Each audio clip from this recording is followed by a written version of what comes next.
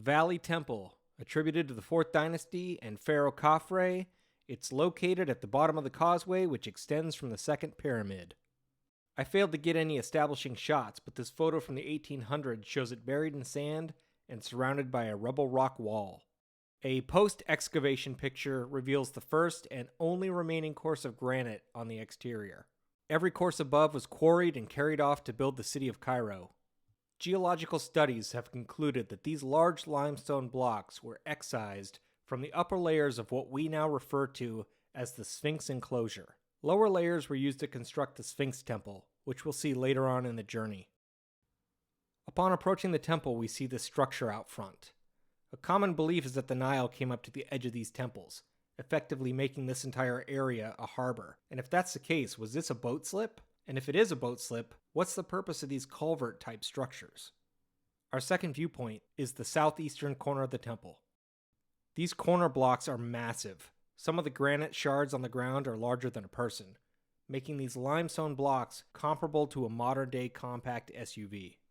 In terms of quarry marks, I see evidence of the feather and wedge technique, but also signs of a process of which I'm unfamiliar. When it came to laying the block, instead of running a consistent horizontal line, they decided to notch as necessary. And towards the back, they abandoned all idea of a running bond, leaving a full-height vertical seam. Lastly, none of the blocks are dressed. They all appear to be left in their rough quarried state. Turning our attention to the granite blocks laying on the ground, they all seem rather common, until you focus on the one towards the back. This is a huge chunk of rose granite within which a bead and cove detail has been skillfully carved. Notice how smooth the face is compared to the broken edge. It's currently upside down in the sand, but this would have adorned the top of the temple just as we use crown molding today. The north side of the temple shares all the attributes of the south, but also shows examples of how smaller blocks were used to interlock and fill gaps. Our third viewpoint is the right-hand entrance of the temple, and the red dot on the layout shows our current position. 3 details stand out to me. Horizontal notching is much less prevalent, though we do see one example. Block height is reduced the further up you go, and the builders took the time to scribe the granite blocks to the rough limestone core instead of just facing off the softer stone for a smooth fit. Within the vestibule, we see a vertical shaft, consistent horizontal joints, though the running bond is ununiform, and block height reduces with elevation. To switch it up yet again, the interior of the pillared hall goes back to polygonal joinery.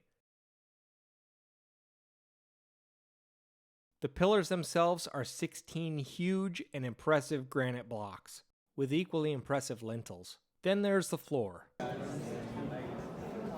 This is the Valley Temple. The interior is granite, then a layer of limestone, then the exterior is granite, so it's like a sand. A fellow traveler was warning me about a guardian because they don't like when you take video.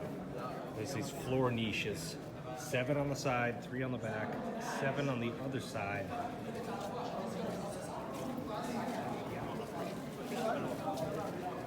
And then 3 flanking each. So what we have is an alabaster floor with polygonal joinery and 23 recessed niches, which we're told are for statues. One of those being the diorite statue of Khafre, which is at the Cairo Museum. On the left side of the temple is a 3-chambered storage room blocked off by a metal grate. It was also my second look at these carved door hinge pockets, the first being that basalt block on the Giza plateau. These become one of my many obsessions during this trip. Next obsession, blocks that turn corners. Why would they do this? That's a lot of extra time for material removal and block fitting. It's almost like they were playing Tetris, and whatever block was next in the pipeline is what they had to make fit.